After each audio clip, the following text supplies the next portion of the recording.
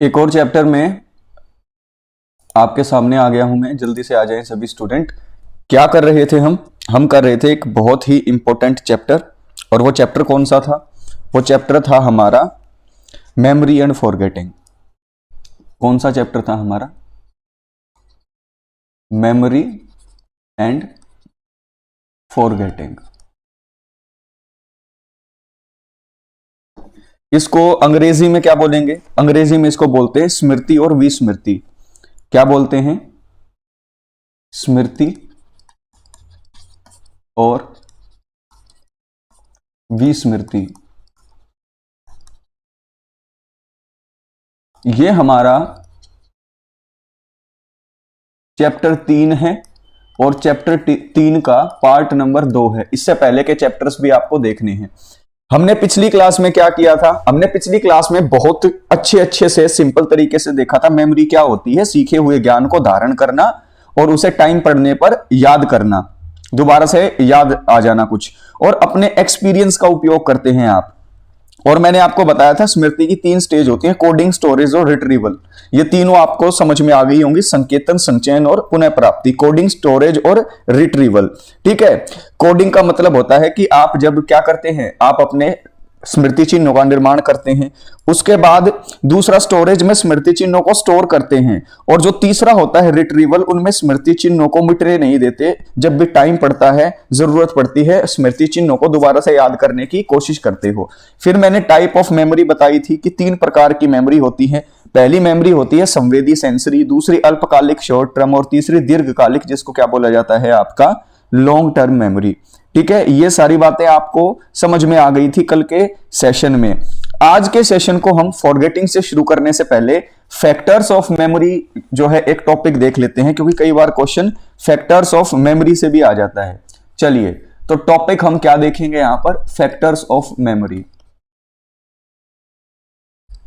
देखिए, सबसे डीप मनोविज्ञान आपको यहीं पर मिलेगा। सीधी सिंपल सी बात है। ठीक है। तो यहां पर जो फैक्टर्स ऑफ मेमोरी है उसको क्या बोला जाता है? स्मृति के तथ्य। स्मृति के तथ्य। अब देखिए, स्मृति के तथ्य, उसके अंदर सबसे पहली चीज जो आपको समझनी है वो मेथड ऑफ रिकॉल समझना है। सबसे पहली चीज क्या समझनी है? Method of recall. ये रिकॉल क्या होता है? Method of recall. और कैसे कोई व्यक्ति रिकॉल करता है, इसको बोला जाता है प्रत्यास्मरण विधि। प्रत्यास्मरण विधि। इस प्रत्यास्मरण विधि को एक और नाम से जाना जाता है पुनः स्मरण विधि। पुनः स्मरण विधि। यह विधि समझनी जरूरी है रिमेंबरिंग की। यह क्या होती है? देखिए, अगर मेथड ऑफ रिकॉल की अगर हम बात करें, तो जब याद की गई सूचनाओं में से सूचना कितनी याद है, यह पता लगाने के लिए इस विधि का प्रयोग किया जाता है। मान लो किसी बच्चे ने 20 तक पहाड़े याद किए हुए हैं। जब आप उससे लिखकर या बोलकर जो है पहाड़े कहने के लिए बोलते हो, तो हमें पता लग जाता है। क्या पता लग जाता है? हमें यह पता लग जाता है कि उसे 20 तक के पहाड़ों में से कितनी चीजों का प्रत्यास्मरण है, कितनी चीजों का नहीं है। तो यह क्या हो जाता है? यह मेथड ऑफ रिकॉल कहलाया जाता है। ठीक है। कितना याद है, यह पता लगाने के लिए यूज की जाती है। यह पता लगाने के लिए यूज की जाती है। समझ में आई मेरी बात आपको? बिल्कुल, मैंने आपको एग्जांपल भी दे दिया था। ठीक है। अगर मान लीजिए अगर याद नहीं है, अगर मान लो इससे पता लगा याद नहीं है, तो ऐसे में आप बच्चे के साथ क्या करेंगे? यह बात भी समझनी जरूरी है। ऐसे में रिपीटिशन, पुनरावृत्ति करने के लिए कहेंगे। पुनरावृत्ति के लिए कहेंगे।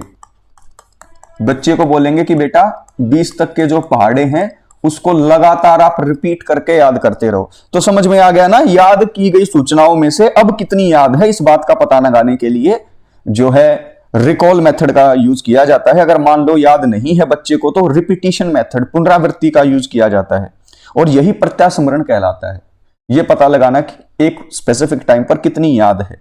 जैसे कि किसी बच्चे को 20 तक पहाड़े याद करने के लिए दिए, जब आप उससे कहोगे कि लिख कर या बोल कर 20 तक पहाड़े सुनाओ, तो आपको पता लग जाएगा कि उसे 20 में से कितने पहाड़े जो हैं याद हैं। तो सारी बातें आपको यहां पर क्लियर हुई या नहीं हुई, जल्दी से मुझे कमेंट करके बता दो। पहली विधि आपको समझ में आई या नहीं आई, जल्दी बताओ मुझे।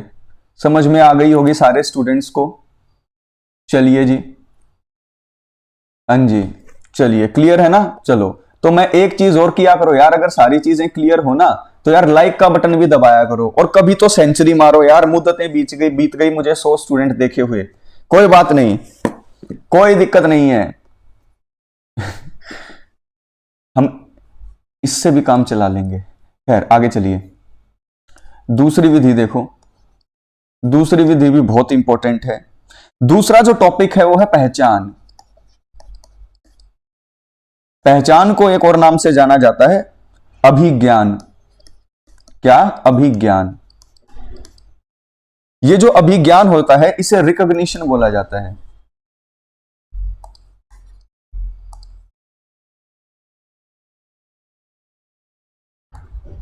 क्या बोला जाता है? रिकॉग्निशन। ये रिकॉग्निशन क्या होता है? देखिए, ये पावर ऑफ रिकॉग्निशन यानी कि एक व्यक्ति की क्षमता से रिलेटेड है। यानी कि कोई भी व्यक्ति किसी भी स्थान, वस्तु या जो भी चीज उसने पहले देखी हो, पढ़ी हो, सुनी हो, तो क्या वह उसकी पहचान कर पा रहा है कि मैंने इसको कहीं देखा था। जैसे तुम एग्जाम में बैठते हो, तुम्हारे सामने क्वेश्चन आ जाता है, तुम में अपने मन में लगता होगा कि यार ये पढ़ा तो है यार, ये कहां था। जब ये वाली फीलिंग आए ना तो आप रिकॉग्निशन कर रहे हो। ठीक है, यानी कि पावर ऑफ रिकॉग्निशन है ये। क्या है? Power of recognition. अरे यार स्पेलिंग क्यों गलत हो रही है आज मुझसे। पावर ऑफ रिकॉग्निशन किसी व्यक्ति की, किसी व्यक्ति की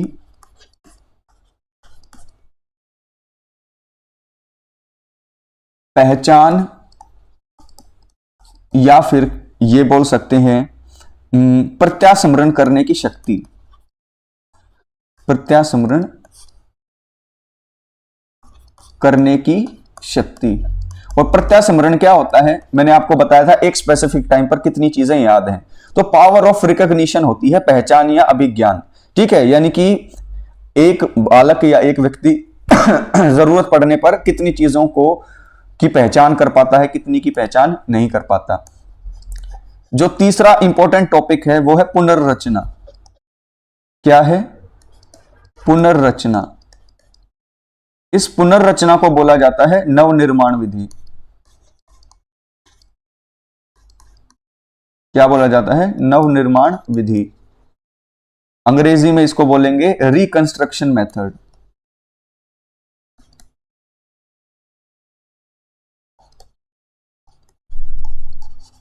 ये रिकंस्ट्रक्ट मेथड क्या होता है? देखिए व्यक्ति के पास जो पुरानी इंफॉर्मेशन होती है, जब उनका प्रयोग करते हुए नई सूचनाएं जब व्यक्ति बनाने लगे तो यह नवनिर्माण विधि कहलाती है। जैसे कि मान लो मैं तुम्हें सीडीपी का एक कंसेप्ट समझाऊं, मैंने तुम्हें डेवलपमेंट समझा दिया, उसके बाद हेरिडिटी एंड एनवायरनमेंट जब मैं तुम्हें पढ़ाऊंगा तो तुम्हें ऑटोमेटिकली कई बात समझ में आ जाएंगे कि यार ये इसलिए हुआ।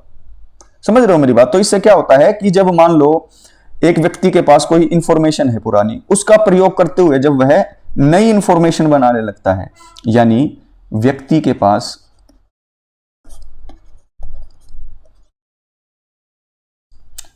जो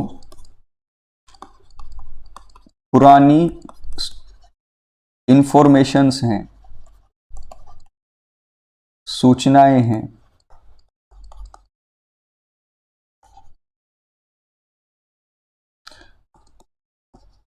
जब उनका प्रयोग करते हुए, जब उनका यूज करते हुए वह नई इंफॉर्मेशन बनाने लगता है, वह जब न्यू या फिर नई इंफॉर्मेशन या फिर कहें सूचनाएं बनाने लगता है, तब यह नवनिर्माण विधि कहलाती है या पुनर्रचना कहलाती है। नवनिर्माण विधि कहलाती है। एक एग्जांपल दूंगा तो मैं, आपने बच्चे को पहाड़े याद करवा दिए और बच्चा अब जो है मल्टीप्लिकेशन के सवाल में उनकी यूज कर रहा है, तो व्यक्ति के पास यानी कि बच्चे के पास जो पुरानी इंफॉर्मेशन है, जो आपने उसे याद करवाए थे रिकॉल मेथड से, उससे क्या बच्चा कर पाएगा? पुनर्रचना कर पाएगा। यानी कि बच्चे को आपने पहाड़े सिखाए और वो पहाड़ों की मदद से अब मल्टीप्लिकेशन और डिवाइड के करने के क्वेश्चन कर पा रहा है, तो इसका मतलब कि वह पुनर्निर्माण कर रहा है। क्या कर रहा है? पुनर्निर्माण कर रहा है। समझ में आई बात या नहीं आई? जल्दी से मुझे यहां पर जो है कमेंट करके सारे के सारे स्टूडेंट बताएं कि गुरुजी सारी चीज समझ में आ गई है। जल्दी से मुझे बताओ समझ में आई या नहीं आई। मेरे सारे के सारे स्टूडेंट्स को एक एक चीज समझ में आ गई होंगी। चलिए, बिल्कुल समझ में आ गई। 70 स्टूडेंट हो गए हैं। थैंक यू सो मच सारे के सारे स्टूडेंट। हाँ, किसी दिन 100 भी होंगे, बिल्कुल मुझे पूरा विश्वास है। चलिए, लेकिन विश्वास मेरे पड़ोस में रहता रहो बिल्कुल निकम्मा है, ये बात अलग है। खैर कोई बात नहीं, आगे बढ़ते हैं। आगे देखिए, अब फॉरगेटिंग की बात करते हैं। किसकी बात करते हैं? फॉरगेटिंग। फॉरगेटिंग को बोला जाता है विस्मृति। ये विस्मृति क्या होती है? देखिए जो हमारी मेमोरी के अंदर इंफॉर्मेशन, सूचनाएं होती हैं, जब हम उनका अभ्यास करना छोड़ देते हैं तो उन्हें हम भूलना शुरू कर देते हैं, जो कि विस्मृति कहलाती है। ये बिल्कुल सिंपल सी डेफिनेशन है इसकी। यानी कि जो हमारी स्मृति या फिर कहें मेमोरी में सूचनाएं होती हैं,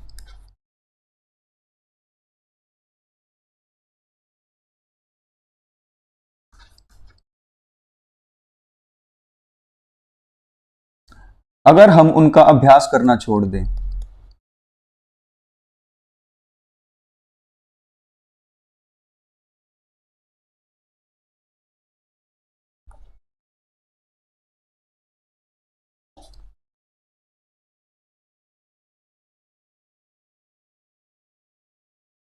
तो हम भूलना शुरू कर देते हैं, तो हम उन्हें भूलना शुरू कर देते हैं।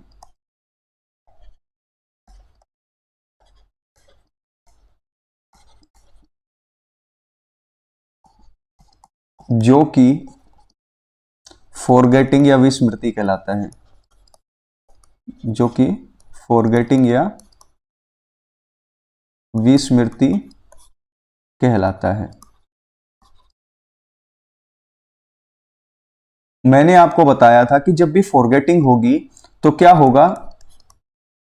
जो मेमोरी ट्रेसेस होंगे, मेमोरी ट्रेसेस धुंधले हो जाते हैं।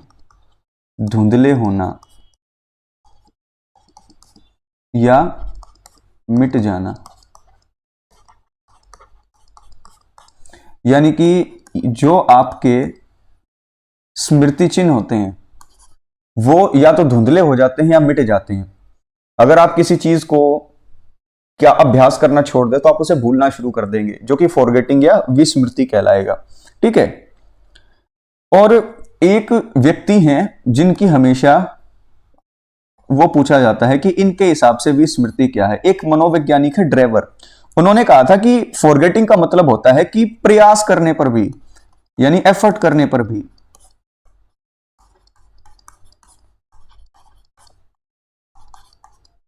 जो सूचना है या पूर्व अनुभव है उसे स्मरण न कर पाना। प्रयास करने पर भी सूचना को याद न कर पाना। जैसे कि आपने कोई कंसेप्ट पढ़ा हो, आपके एग्जाम में वहां से क्वेश्चन आ गया और आप वो कंसेप्ट भूल गए, तो इसका मतलब क्या है? इसका मतलब है कि फॉरगेटिंग हुई है। विस्मृति का मतलब क्या हुआ? प्रयास करने पर भी किसी पूर्व अनुभव का स्मरण करना या सीखे हुए किसी कार्य को करने में असफलता आपको मिल जाती है। ठीक है। या फिर आप कहें किसी वस्तु को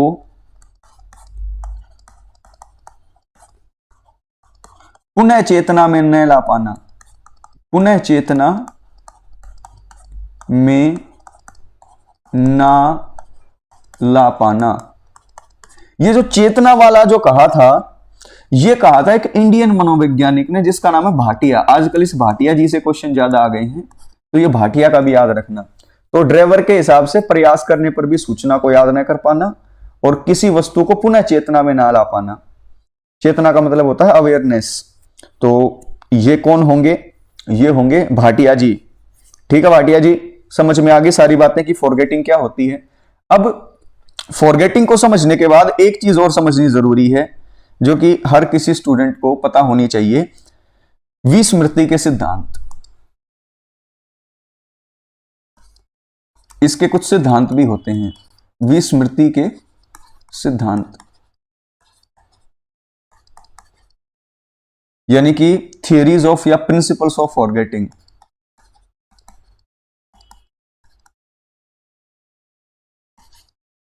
वैसे तो आपको ऐसे बहुत चैनल मिल जाएंगे जहां पर बुद्धि की 5-5 थियरी 5 मिनट में करवा दी गई हो, लेकिन वो फायदेमंद नहीं होंगी आपके लिए।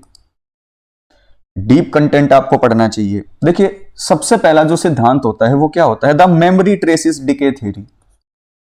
The memory traces decay theory. ये मेमोरी ट्रेसिस डिके थ्योरी क्या होती है? स्मृति चिन्हों के क्षय का सिद्धांत। स्मृति चिन्हों के क्षय का मतलब होता है गलना या खत्म होना। अब देखो, स्मृति चिन्हों के क्षय का सिद्धांत क्या बोलता है? इसका मतलब एक सीधी सिंपल सी बात होती है जो मैंने आपको समझाई थी, यानी कि ये जो फॉरगेटिंग होती है, फॉरगेटिंग की वजह क्या होती है? मेमोरी ट्रेसेस का मिटना। मेमोरी ट्रेसेस का मिटना। अगर मेमोरी ट्रेसेस मिट गए तो फॉरगेटिंग हो जाएगी, मेमोरी ट्रेसेस स्ट्रॉन्ग है तो रिमेंबरिंग हो जाएगी। समझ में आई बात? तो ये पहला सिद्धांत आप समझ गए होंगे जो मैंने आपको समझाया था कि मेमोरी ट्रेसेस, अगर देखो पहला सिद्धांत यही कहता है, देखो इसमें कुछ भी सोचने समझने की बात नहीं है, कि अगर मेमोरी ट्रेसेस मिट गए हैं तो फॉरगेटिंग हो जाती है। ठीक है, इसमें कोई भी ऐसी दिक्कत की बात नहीं है। दूसरा है बाधा या हस्तक्षेप का सिद्धांत। कौन सा? बाधा या हस्तक्षेप का सिद्धांत। ये बाधा या हस्तक्षेप का सिद्धांत क्या होता है? Theory of theory of interference. Theory of interference इसको बोला जाता है। ये किसने दी थी? ये मॉर्गन ने दी थी। मॉर्गन और मूरे है ना, उसमें से जो मॉर्गन है, मॉर्गन ने ये थ्योरी दी थी, मॉर्गन ने। ठीक है, इनके हिसाब से क्या है? देखिए, इनका एक सीधी सिंपल सी बात है कि जो भूला जाता है, देख पहले से सीखा हुआ नए सीखने के ज्ञान के अंदर क्या डालता है? रुकावट डालता है। इसका मतलब सीधा है कि जो पुराना ज्ञान है, यानी कि मान लो ये, यानी कि जो पुराना ज्ञान है,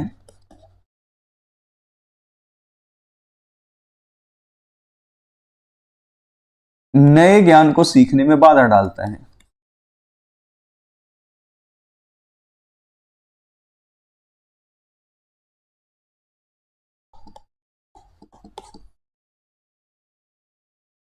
कोई भी दिक्कत इसमें नहीं है।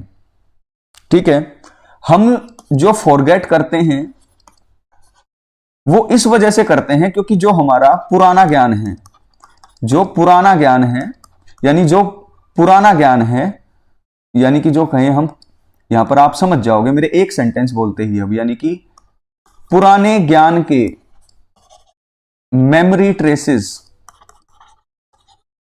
अगर मजबूत हैं, अगर मजबूत हैं, तो दूसरी चीज के मेमोरी ट्रेसेस बनने में दिक्कत होगी। तो दूसरी चीज के मेमोरी, इसका एग्जांपल दूंगा मैं तुम्हें। मेमोरी, अरे कहां गई माउस, मेमोरी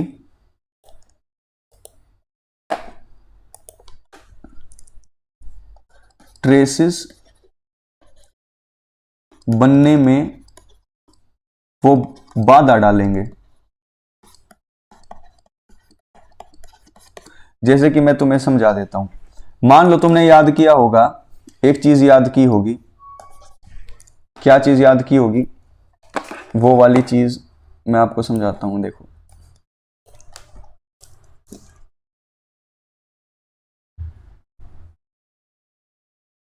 आपने A B C D E F G H I J K L M N O P Q R S T U V W X Y Z, इनकी numbering reasoning में याद की होगी। ये 1, ये 2, ये 3, ये 4, ये 5, ये 6, ये 7, ये 8, ये 9, ये 10, ये 11, ये 12, ये 13, ये 14, ये 15, ये 16, 17, 18, 19, 20, 21, 22, 23, 24, 25, 26। ठीक है, आपने ये एक बार याद कर लिए, आपने बार बार इनको रिपीट किया, आपके माइंड में स्मृति चिन्ह इनके खतरनाक बन गए।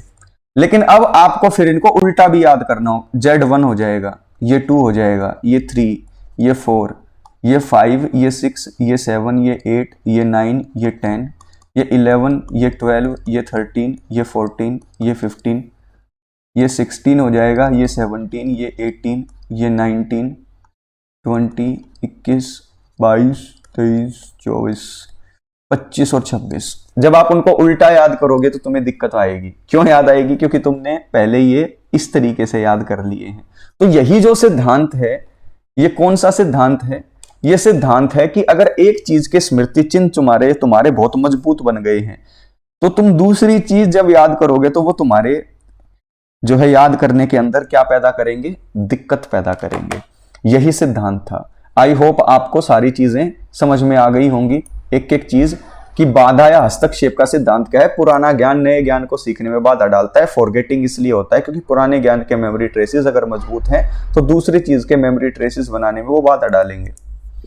ठीक है, और एक चीज याद रखना, अगर एक चीज के मेमोरी ट्रेसेस आपके अच्छे हैं, अगली चीज के आपने और अच्छे बना लिए, अगली की और अच्छे बना लिए, तो जो सबसे पहले जो मेमोरी ट्रेसेस थे वो धुंधले होते चले जाएंगे। इसीलिए जब आप मान लीजिए सीडीपी की 15 चैप्टर पढ़ते हैं तो पहले दिन आपने पहला चैप्टर बहुत अच्छे से पढ़ा, लेकिन जब 20वें चैप्टर पर तुम पहुंचोगे तो तुम्हें शुरुआत के जो चैप्टर्स हैं वो याद नहीं रहेंगे। वो इसलिए नहीं रहेंगे क्योंकि अब के टाइम पर जो तुम लास्ट के चैप्टर पढ़ रहे हो उनके मेमोरी ट्रेसेस स्ट्रॉन्ग रहेंगे, लेकिन पुराने जो मेमोरी ट्रेसेस होंगे वो धुंधले पड़ जाएंगे। और मैं तुम्हें सच बता रहा हूं, मेरे ऐप वाले स्टूडेंट ने तो एक कंसेप्ट ऐसे पढ़ा है, लेकिन यूट्यूब के ऊपर कभी भी मेमोरी के टॉपिक के अंदर आप ये मेमोरी ट्रेसेस का मिटना, फॉरगेटिंग, रिमेंबरिंग कभी नहीं पढ़ोगे।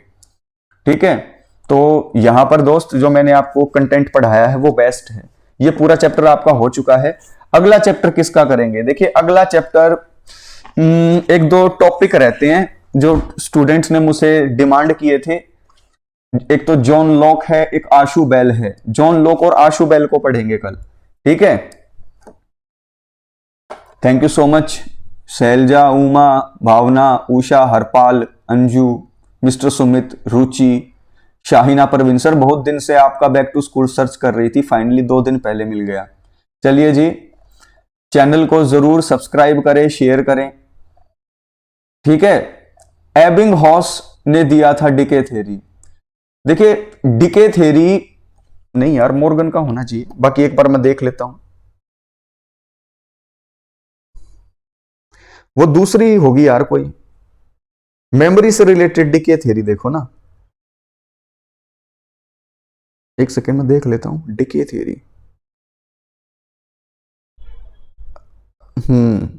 यस, मेमोरी से रिलेटेड है। किसने दी थी?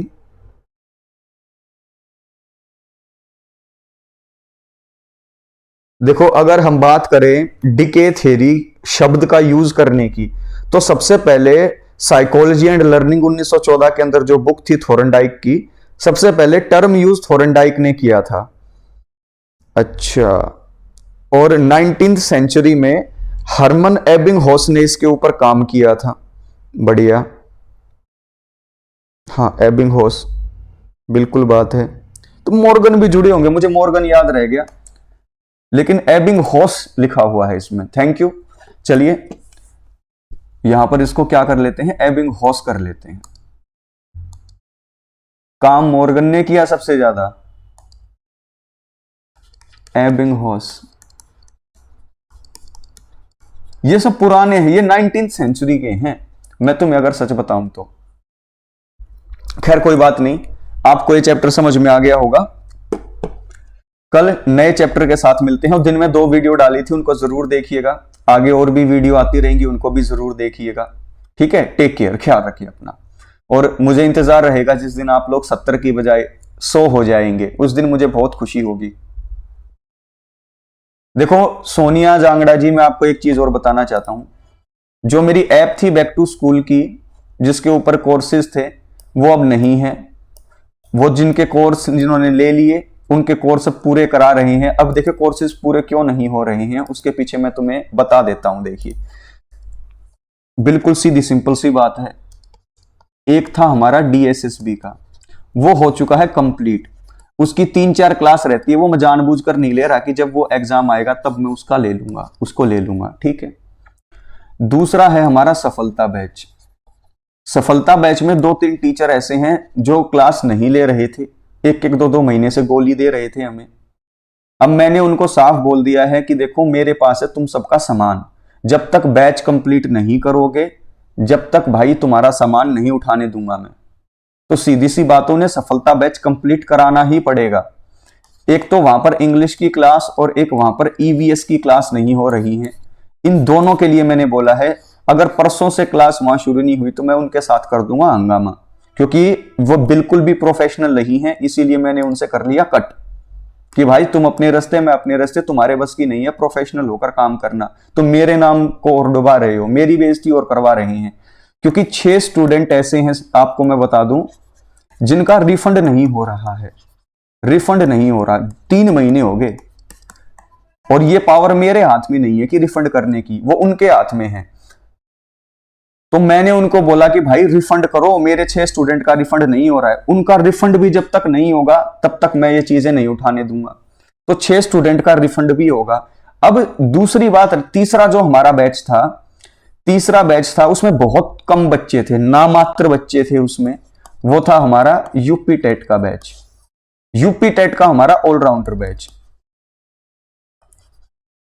इसके अंदर भी इंग्लिश और ईवीएस की क्लासेस जो है, मैंने बोला है 4-4 घंटे की क्लास लो या कैसे भी करो।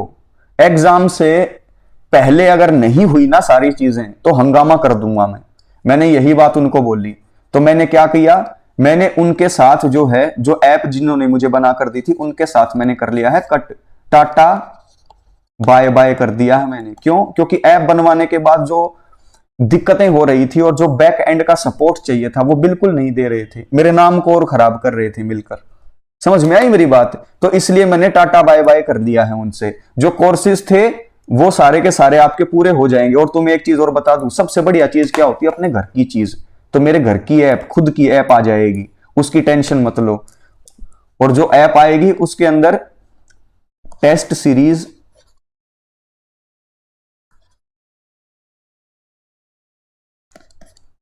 Plus daily current affair, plus job alert,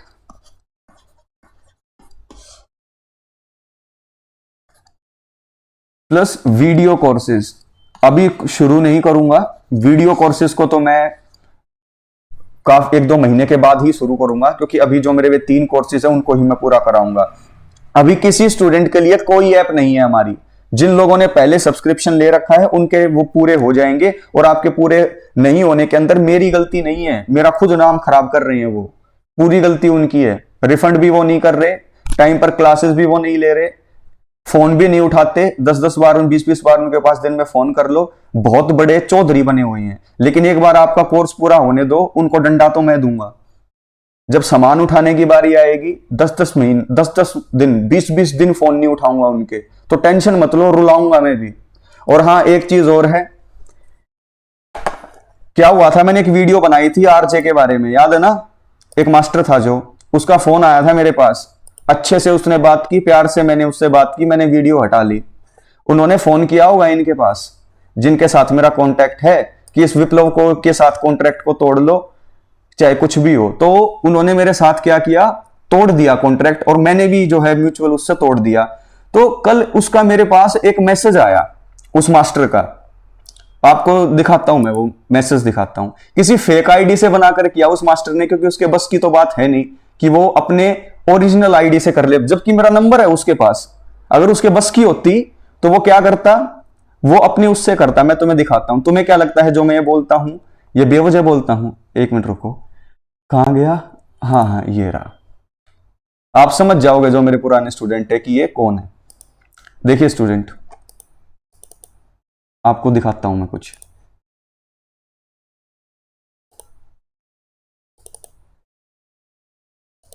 एक सेकंड रुको मेरे लाडलो।